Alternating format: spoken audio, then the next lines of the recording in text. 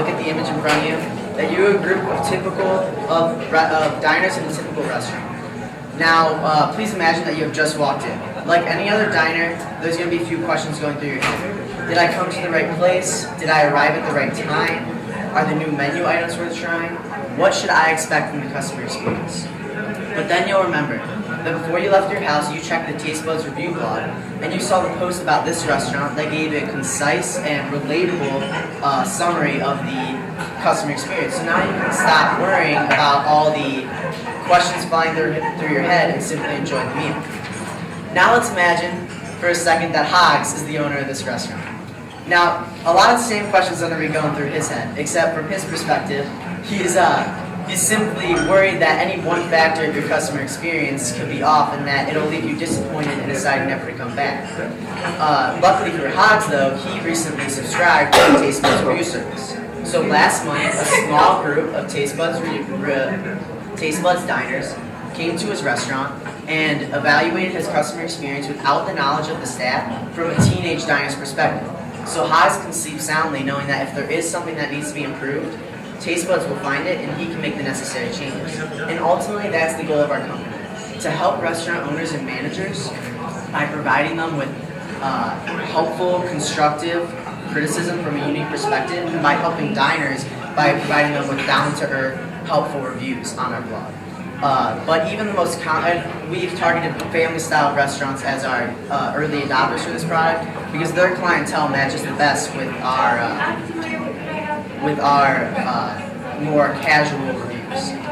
And but even the most complex dishes always begin with the simplest ingredients, and the same applies for our business. Before we can reach the full potential of our business and fully exercise our business model, we needed to start with the simple ingredients of growth strategies and market sizing. All right, so I'm James Harley. The TAM of our company is $185 million, and that's based on if every single full-service restaurant in the United States used our service for 12 months, $25 a month.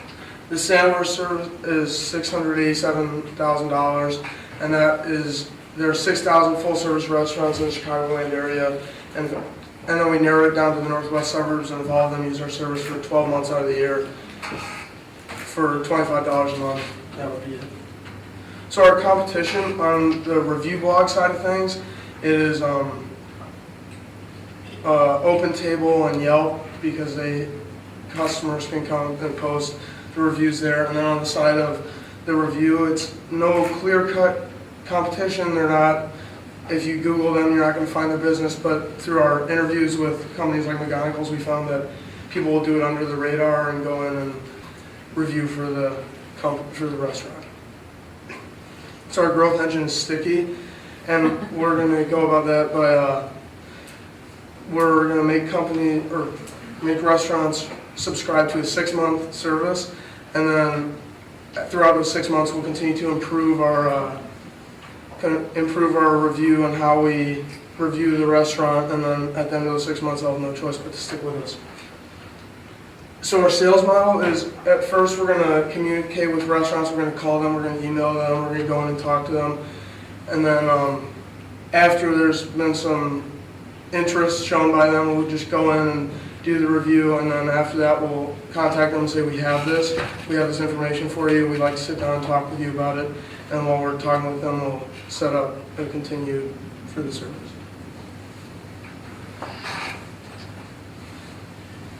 What is the MVP?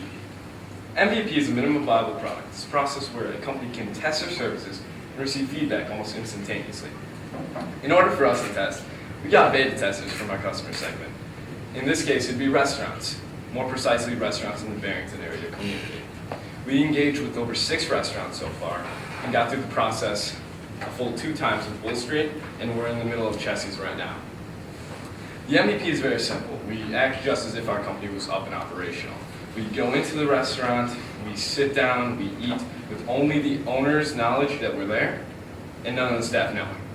So we'd act just as regular diners would. The only difference between us and regular diners is we keep tabs on everything. We mark down when we came in, how long it took for the food to come, how often we were checked on by the waiters and waitresses, as well as what we ordered. After all this, we'd go and we talk to the owner and we provide the feedback, everything that we have from our experience. We give them all the constructive criticism in order to help them advance and sort of better the restaurant. And we post all the good information onto the blog in order to publicize the place. We realized that so many things about our BMC that we would not have known if we didn't go. For instance, we validated a $25 charge for monthly subscription. We got that from the owner's perspective. So that really justified what we thought going into the process.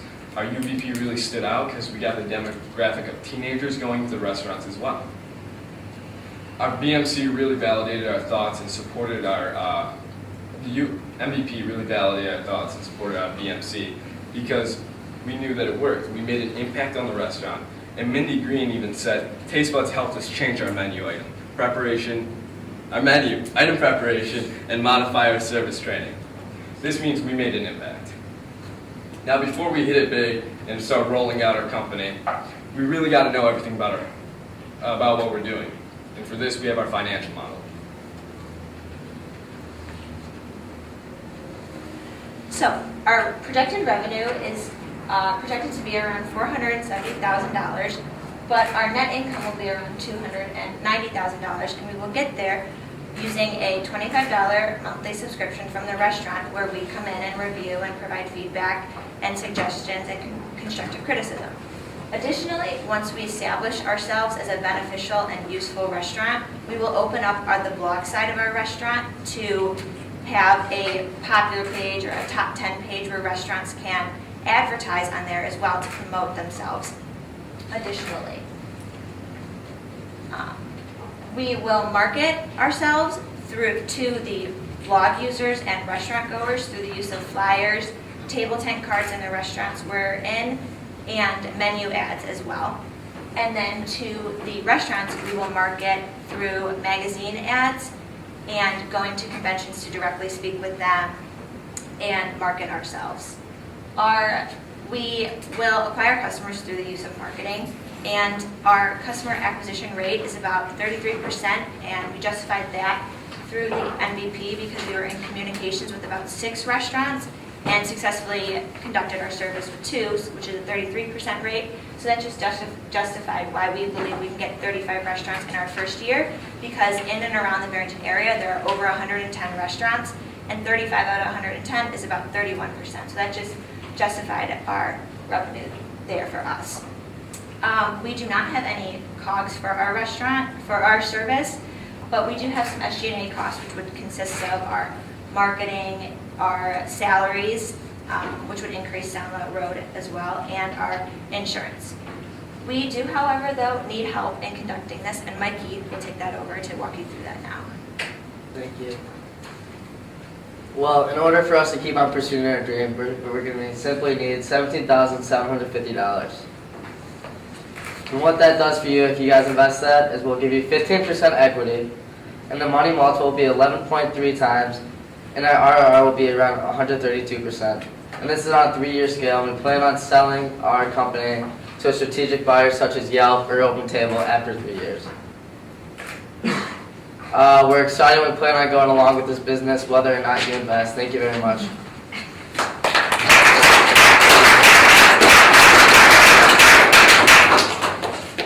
Could you go over your costs? I'm looking at the term sheet. It's convention fee and legal cost $1,550, so $15,000 liquidity cushion. You don't have app costs or We don't have software an app, development? no. Since we're a blog, How is this going to work? So the one side of it is the simple service for the restaurants, in which you come in. It's a monthly basis, and they pay that based on subscription. And then we have a blog run through WordPress that we Blog. Yeah, a blog that we run. So an online. So there aren't any app costs. So what you'll see on the term sheet is the uses. I believe it was $1,200 for startup, $1,550 for maximum cumulative losses, and the liquidity cushion comes mainly from the sales model that James talked about, in which we talked about how the main sales model would be to engage restaurants, try to kind of canvas, see whether they're interested, but then the main goal of our sales model is to go in, do the review, so then when we first really establish direct contact with them, we'll have actual metrics. We've talked about it as a team. We think it's really valuable, the idea of approaching a sales call or a sales meeting with actual information about their restaurant that we can bring to the table so that they know we already have something that. When did you guys become food critics? Well, I think After MVP. Talk us through that. How did that learning happen? it definitely was a learning curve. Mindy Green was a huge help in that process in giving us. Who's a little- Mindy Green? Owner of Wall Street Grill. And she was a huge aid in the process of really showing us a little bit more about what goes on behind the scenes. And but I think part of our unique value, if this answers our question, is that we think our perspective is unique in that I think what I mentioned, family-style restaurants, the clientele, we're providing reviews from a teenage dining perspective. Yeah, that's And great. I think that really appeals to a family and also just the average diner. So I also would commend you on the advertising aspect. That's a really good, concept to add into the revenue stream. That's great. Why does a restaurant need $25 a month, need 6 to 12 months worth of you coming in and reviewing? So walk me through the thought, like how do you talk them into a more than once? I would think a restaurant would just get one sort of secret review and then they know. Well, so if they, after the first time, then like, we'll tell them what we think they need to improve on. And then the second time, we'll come in and review those improvements. And so just every single month, we'll continue to critique what they're doing and like help them continue to improve the improvements they've already made. So like if they change the menu, we'll be there to say, we didn't really like this, maybe tweak that kind of thing. How do you, how are you planning on selling? After 3 years, we're gonna plan on selling to Yelp or Open. No. I mean, how are you going to sell to the restaurant? So That was through our marketing, which was our magazine ads, which we will put in magazines that most commonly restaurant owners subscribe to. And then additionally, attending conventions where there are a lot of restaurants there that we can directly speak with and spark their interest. So you're not going around to specific restaurants? Not or individual. directly? Yeah. How about your competition? I'm kind of surprised that there aren't apps or blogs that go through restaurants on a regular basis. it definitely was like a difficult thing for us to go through because while there are restaurant review blogs out there, any that we can find, they're kind of like James expressed, they're under the radar. They're not really doing it on the scale that we're doing and for the period that we're doing with restaurants on a subscription basis.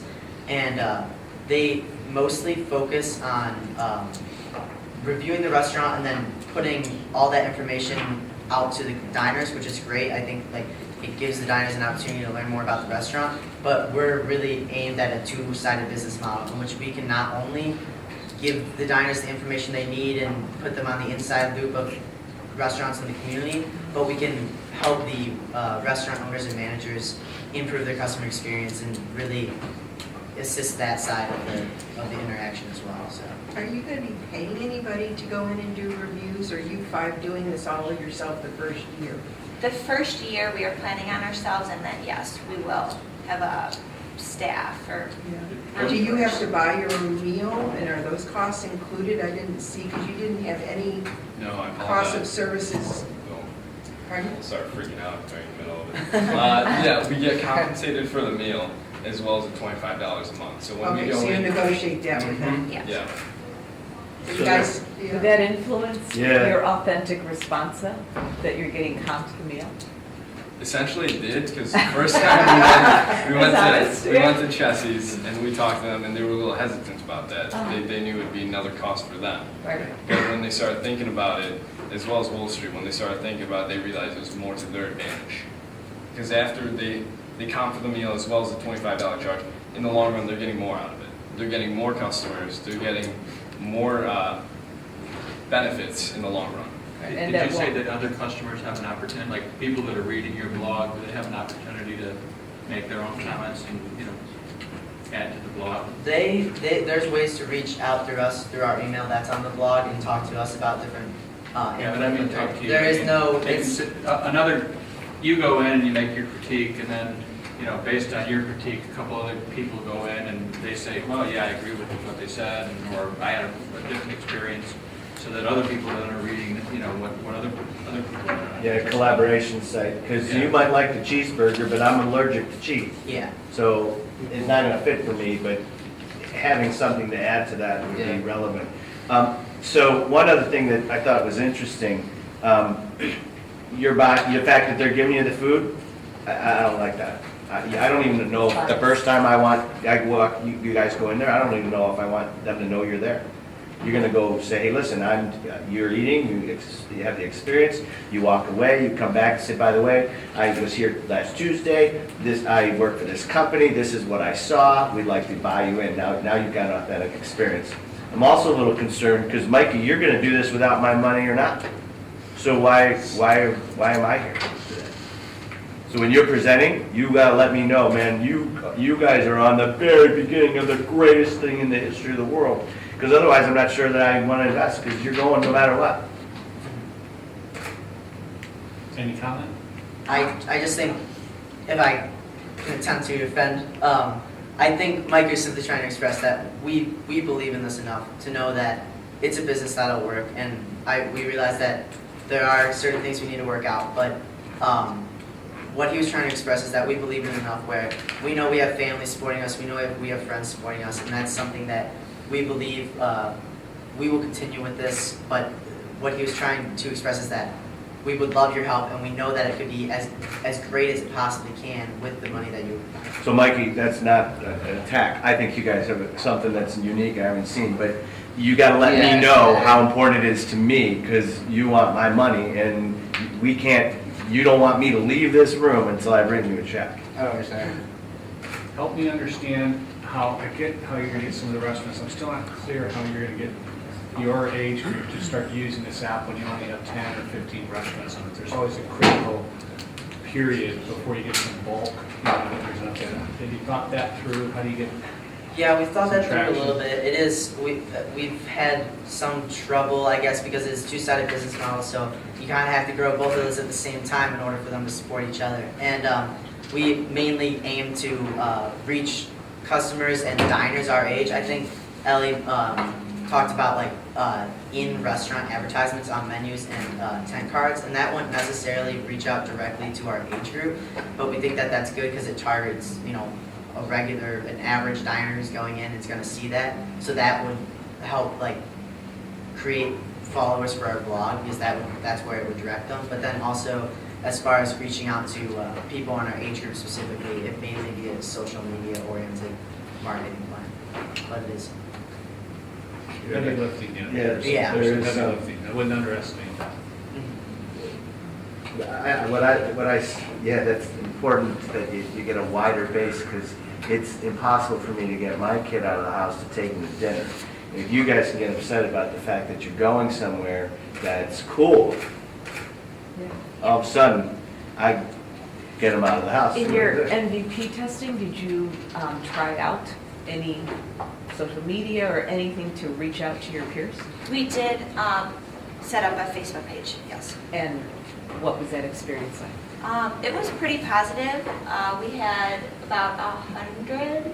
Yeah, over So- I think around 100 people who liked our page, and that translated. I can't think of the exact number of blog followers right now, but so what we do is after we did the reviews at Chesty's and Wool Street, we would write the review, and we would put something on our Facebook page that essentially gave the first part of it, and then said like, oh, go to our blog to see the full review. And I think that was a good way. We use social media after getting getting the people on our page to translate it to the blog. What did you allocate to expenses in terms of going to trade shows and advertising in magazines and so on and so forth? What are the costs associated with that? So for the convention, it's about $100 a ticket. So we did You're five. going to the convention just as, not as an exhibitor? Yeah, just to walk through it, talk and stuff. And then the magazine ad costs was about $6,000, I believe, in the first year, and expanding as we grow. and then the flyers. You go to Which a have you convention seen? that, you We go to a ha- convention that has a bunch of restaurateurs there that are exhibiting, Yes, and you go and sell to them in their booths. yes, speak with them and spark interest. A tough environment, because that's the National Restaurant Association, which is going on right now in Chicago. Yeah. Yeah, that's where I Really saw it. tough environment, especially if you don't have a good store to sell already. And they'll kick you out because they don't want you specifically to do what you're talking about. Right. They want you to buy a booth. Obligations. Okay. And I think the buying the booth is a great idea because it's gonna validate if you've got a good idea or not. It's also gonna, you gotta be careful because they could pick you off, they could just steal your idea. Yeah. It's Yeah, a little tricky. yeah. So I'm searching for you on Facebook. Yeah, Taste so was Buds? I. Taste buds review. Review, yeah, Buds review. yeah.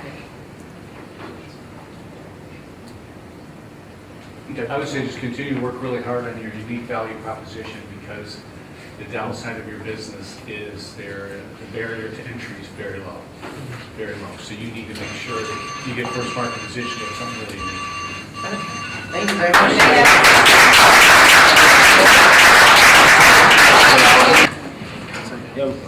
Looking good, guys. Yes. All right, just wanted to start this off with some snacks for you guys. Bribery. Oh, This is wow. great. It's not a bad one. You guys are in Shark Tank, you know? Red's my favorite color too. So this is probably orange. Hey, Butterfinger, you are like the Sugar. Are you guys in the dental business with all this sugar? Love it. No, we're not. My mom is a dental hygienist. There you go, that's helpful. Yeah. Nutrition. Oh, yeah. Nothing for hot. Thank you. Go get it. Anyone taking this, Justin? Are you ready, guys? You're getting good stuff here. Yeah.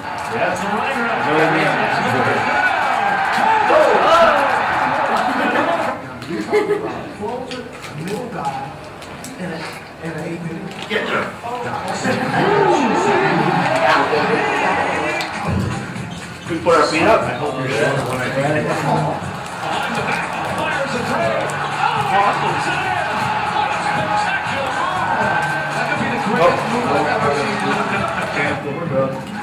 Jack Harris for UMass from ERD. That's not your fault, guys. Don't worry about it.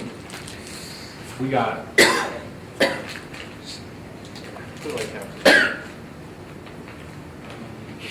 Okay, so, good morning, ladies and gentlemen. My name is Mohammed Ali, along with Matt, Kuda, John Farley, Charlie Asher, and Ray Eccleston. We are seat server. So the video we just watched was a compilation of some really amazing sports plays in the last couple of years. What do all these plays have in common? They're unexpected. They can happen at any time during the game, and you never know when they're going to come. If you wanted to get some snacks while you were watching the game, and you had to walk to the line, the average line is 12 minutes, according to an article written by Sports Management Daily, and 80% of all viewers will get up to go get food during the game. Imagine you were at a Bears game, you paid good money to go watch an amazing game, and you're hungry. You need to go get some food, and the game's going really boring right now. When you're at the line, you hear the crowd roar, and you come back, and you just realize Devin Hester has run 107 yards from a kicker's return. How does that make you feel? We're losing.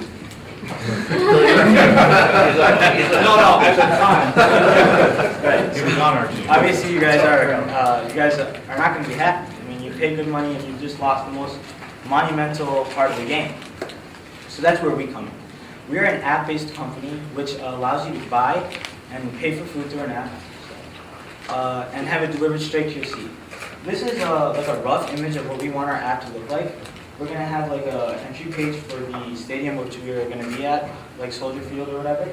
And you press food and it'll take you an optional food and you can press whichever food you want, have it delivered straight to your seat. This eliminates the problem of you guys missing key moments of the game while standing in line for getting food. It's not worth it. That's why we're here to end that problem. Off to Ray Eccleston with our market. There are a total of 888 D1 and D2 college stadiums in the United States, with an average attendance of 45,000 people per game. This gives us a TAM of roughly $127.6 million. Keep in mind that this number only includes D1 and D2 stadiums, but in the future we will look to expand to professional stadiums as well. What Now- does D1 and D2 mean? Division 1 and Division 2, like, sorry. Exercises. Sorry, okay. Yeah. Competitiveness. Now for the SAM. We are currently focusing in Illinois and Wisconsin, where there are a total of 18 stadiums.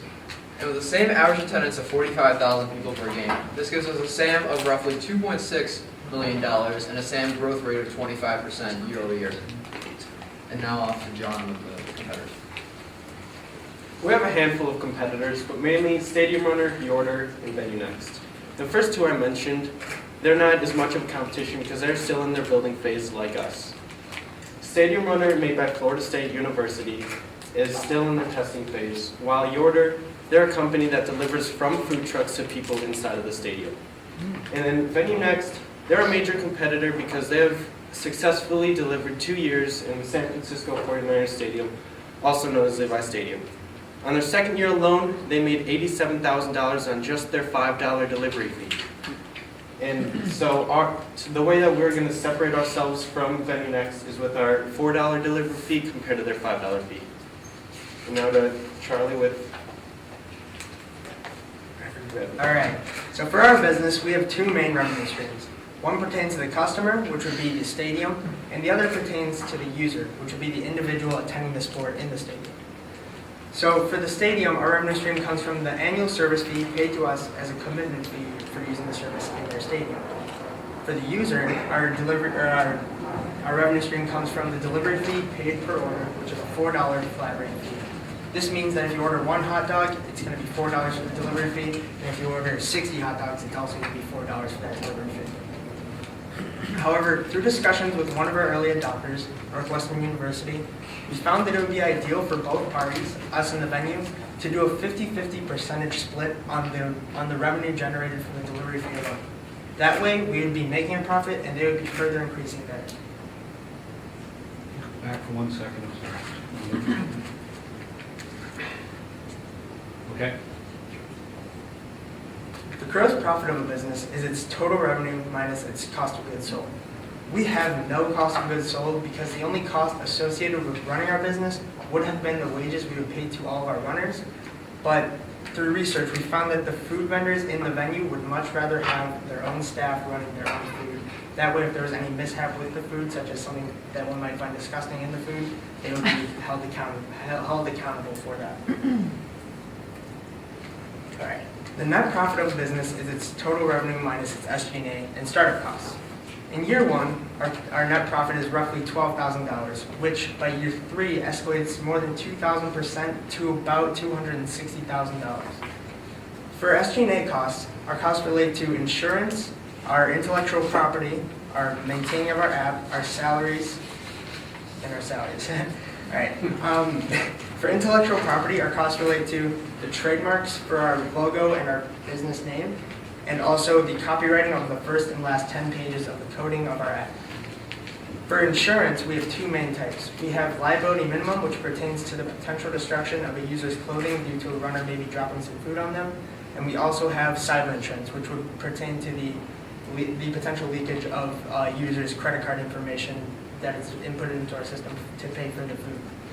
Our only startup cost comes from the development of our app.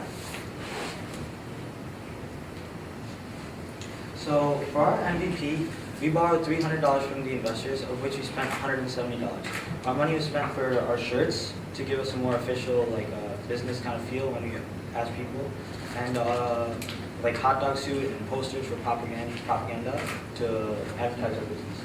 We conducted two stages for our MVP. One was research of our business model, and the other was our concierge service. Our concierge service was our big one. We went to games, high school and college, and asked people what they wanted to eat, ran to the vendor, got their food, and delivered to them in a short amount of time. And the most important part of that was we gave them surveys, asked them how if they would pay for this in a professional setting or a college setting, and we got 100% positive feedback. Also, one of our big college games was Northwestern's baseball game just yesterday, where we made $16 in delivery fees. We charged $1 for delivery fee just to make it easy. And we got 100% positive feedback. $46 were made back from the delivery fees of the $170 that we borrowed. And this MVP really brought about like a lot of changes to our business model. We learned that our customer segment is much more like condensed now, because at first it was just a whole bunch of sports viewers that come to the game, but now we realize that it's mostly parents, people that have trouble walking, with kids, they don't want to get up, don't want to waste their time, right? So adults, like mostly 40 to 65, that's what we came up to. And Charlie, I believe, explained why we had no cogs. That was through discussion with the Northwestern concessions manager, Robert Ryder. He definitely gave us good feedback. He said that they would definitely love our service, it would be of great value, and they would definitely pay for it. So, and one of our most important things that we found was this article. This article. This is a screenshot of an article based on the numbers of Levi Stadium in their last year of delivery. Well, this year, 2015. Basically, the general gist of this article was how much money they made, and it was really amazing because they made $87,000 in delivery fees alone.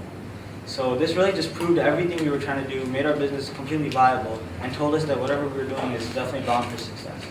Also, they had 31,000 orders in year 2. 17,000 of those were in-seat deliveries. The other 14,000 were express pickups. So like you order your food and you go through the line, cut the line, and you just pick it up at the end. This is an important quote that we found in the article, and most thought we were crazy doing in-seat delivery to every single seat in the building. I think our fan base has proven that people like the comfort of sitting in their seat and ordering, and not miss a play of action. This is definitely our unique value proposition right here, and they completely proved it for us after we did our MVP. So we definitely know that our business is very viable now. This was by Al Guido, the Chief Operations Manager of Levi State. Off to Matt with the required funds. All right, in order to bring our company to life, we are asking for $30,000 in exchange for 7% equity in our company. Sorry, and we will have our money multiple is going to be 6 times, and our internal rate of return is going to be about 82%. We are planning in 3 years on selling our company to a strategic buyer.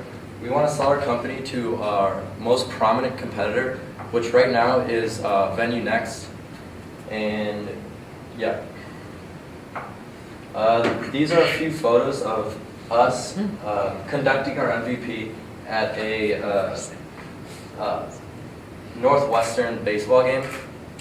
And over these past 8 months, we've just had a blast together in business incubator, in class and out of class, and we would really love to keep that going with your guys' help. Thank you. We are Caesar. One last note, that'll be a $4 delivery fee.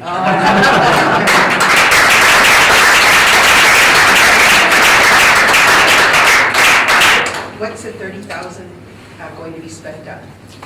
Charlie, can you go back to that page where you have your numbers? So that $30,000 will be spent on the development of our app and for a $5,000 liquidity cushion. How are you going to market your product? Marketing wise, our only marketing would be kind of build like advertising in the stadiums to the users, like the individuals in the stadiums. And then otherwise for the customer, the stadium, we wouldn't really be advertising to them. We would go door to door. Yeah, we approached the stadium. Yeah, we approached the stadium. So you'd have like an advertisement sitting in the stadium saying... Yeah, like an electronic scoreboard, like they would have download our app, we provide in-seat delivery, stuff like that. And even posters around the stadium. Yeah. So you're out of the delivery business, you're in the app business. Yes, You're it's not an app physically based- moving anything, you're selling apps. They're just selling the app. Yes, sir. I have a funny story to tell you. My dad always used to tell me a story about it. Went to see Rocky Marciano fight in like 1934 or something. Got up to get a beer, and by the time he came back, the guy was lying on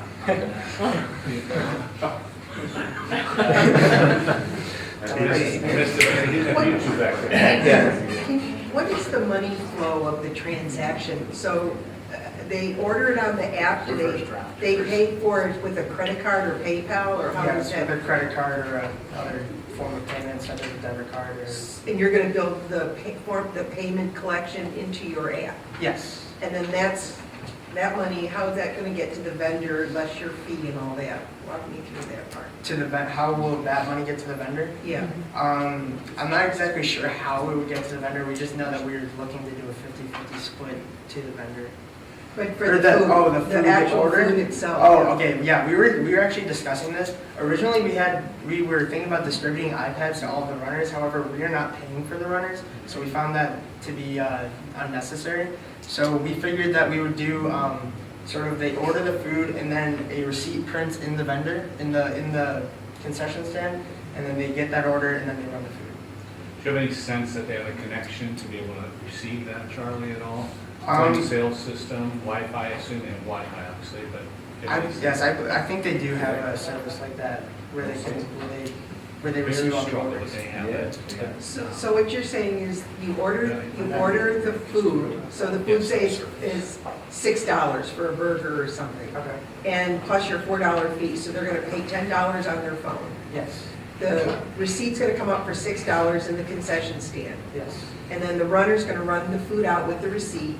They're gonna collect $10, so they're gonna know to collect $10? They won't be collecting them. Or they're gonna collect $6? They would, that money would be like automatically transacted into the vendor, we're assuming. We don't really know exactly how that would work. So it's yet. digital, right? It's got to be. You know, I know, I just don't know, think that the startup funds and the costs are going to, are correctly reflecting how much integration, either you're talking about integrating your app into someone else's system if you want it digital, or you're talking about a manual process, or you're talking about a back-end accounting process. And those have different costs associated with them to set them up. If it's digital, you're probably low in your startup costs, because the odds of every university having the same point of sale system is Yeah. probably low, which means you have an API for each one of those. Exactly. And it just, you may want to think that through, it seems clunky. Would you go to your 5-year chart? Yes.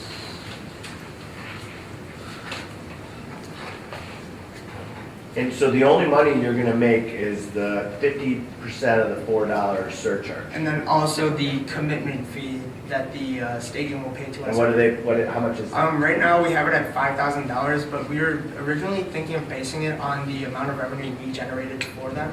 So say we generated them $80,000 in additional revenue from our mobile app, so from in-seat deliveries, then we would take a percentage of that, and then that would be our annual service fee. But right now, we have it at $5,000 because that's at a point where they wouldn't be losing too much of their profit, and we would be a viable business. So they're paying you $5,000 for the right to give you an opportunity to split revenue to them, is that what you're saying? Yes. That's what I'm hearing. That's Yeah. pretty, did you test that with anybody? Yes, they. Oh, yeah, we talked to the concession manager at Northwestern. His name's Robert Ryder, and yeah, he definitely said that would definitely be a viable option. For the baseball team or for the football? For all like sports across, so Well, basketball, only basketball football. and So football. they're gonna Basketball get and 5,000 football. on that. We're gonna make it. Because your incremental sales. And is that Levi, as in Levi Restaurants? No. No. That's not the Cheese. Okay. Yeah. The Levi Stadium is the, But the quote though, with the 30, that was Levi that was Stadium. Levi Stadium. Okay, sorry. San Wanted to make Francisco. How are you better than the competitive options out there already? And why you guys versus the other? We just have the $4 delivery fee compared to their $5 fee as our unique value proposition compared to them. So it's a $1 discount? Yes, basically. But It's not a great business Yeah, model I was for gonna them. jump in there. I was wondering why you aren't charging 5. If you know the marketplace would go for 5, splitting 5 is better than splitting 4. And if you're talking about comparing it to San Francisco and Chicago, you're really not competing with that stadium. Your attendees are not choosing which one should I go to. Right, there's no other option. Yeah, I mean, it's just, I would, Well, I don't see that as a Our thought- competitive advantage. Also, our thought behind it is we're going with college stadiums compared to a professional football stadium, which could be a little different in how people look at Yeah. things. Yes, so you're selling to everything other than the student section? Yeah. The kids aren't gonna have any. They're not gonna, Yeah, they don't exactly. have much, they barely got any. Exactly. Has there been any research done on how, in-seat service enhances the revenues of stadium vendors? Yeah, well, that article I brought up, The 87,000. 87,000. That enhanced the vendor, that enhanced the suppliers of the in-seat service, but if you could go to a vendor and say, hey, you sign up with us, we're gonna increase your business by 45%, you get a lot of response. Yeah, there's no like real evidence to support that at this moment because. I gotta imagine it would be, Yeah, it would be. rolling off the wall. Yeah. It's gotta, how many people just want to sit there and watch a game. And it's positioning too, so you gotta dive into, if you're going to, well, you're not going to the United Center because they have something like that. Yeah, they do. So you're going somewhere and say, we got a one-stop shop, you do this right now, we'll give you the app, we'll give you the. Carl, you say they have it, and I. Well, they you know, only in the it's- 200. I don't know where, I don't know, you know, I mean, I'm sitting in the 100 section, and I don't know how to get somebody to come to me and give me some food. Call seats. No, that's it, that's the point, so that would be valuable. to get Yeah, I somebody to agree, go like it's that. great. I would encourage you to go back to the MVP question. I don't know of any investor that wants to put money into a model that's based on the lowest price when it's just not a good model. No one will touch that. And the manufacturing model has to deal with that, but a service model, which is what you are in an app model, I would challenge that. I think you have more to offer. I don't think price should be the delineating factor, so I wouldn't base my whole company on it. That's what I encourage you to look at. Okay. Yeah, and you're not just selling hot dogs and french fries, you're selling hats and you're selling the big foam fingers, you're selling anything that they want to buy while they're sitting there, because you have a captive audience. That's the business. Good Yeah. point, Carl. Big Yeah, margin. oh, yeah. Huge margins there. Yes, I forgot to mention that in our business model, I believe it should be on the pre-pitch document, it says that we will be selling other products. We forgot to mention that, I'm sorry about that. So, and when you're doing that, you got to wrap this thing up when you go in something, listen, you don't have to go anywhere else. We got this one and done, because otherwise they'll just steal it. Yeah. You guys have a fantastic idea, and I really I think commend so, you too. on coming up with a really great problem to solve and an innovative way to solve it, and it was validated by this company. So how you execute, and I think the app is going to be what makes or breaks what you're doing. If it's really easy, works well, and you have the back end, scalable, then I think you can really go and just scale this easily without having, now that you're not doing servers. Yeah. Yeah, that makes a huge difference. I think Brian's question was really important. It's like, how much more can a vendor sell with your app is going to be the difference to selling it or not. And you could actually test that in one stadium. Half the stadium get advertisement, some card on their seat that says if you want to order food, and then the other half doesn't. And then you could get, for the same game, and do a test, and then you've got a fact that you can actually present to a company and say, we've proved that this concession stand got a 20% increase in sales because they had advertising in our ad. Can you go back to your TAM and your SAM? Yes. Yeah.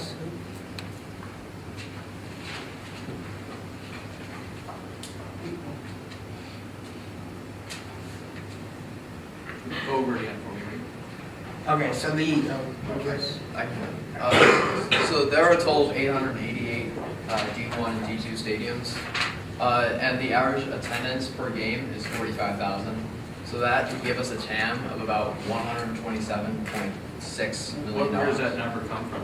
Is it 4 times 45,000 times 888?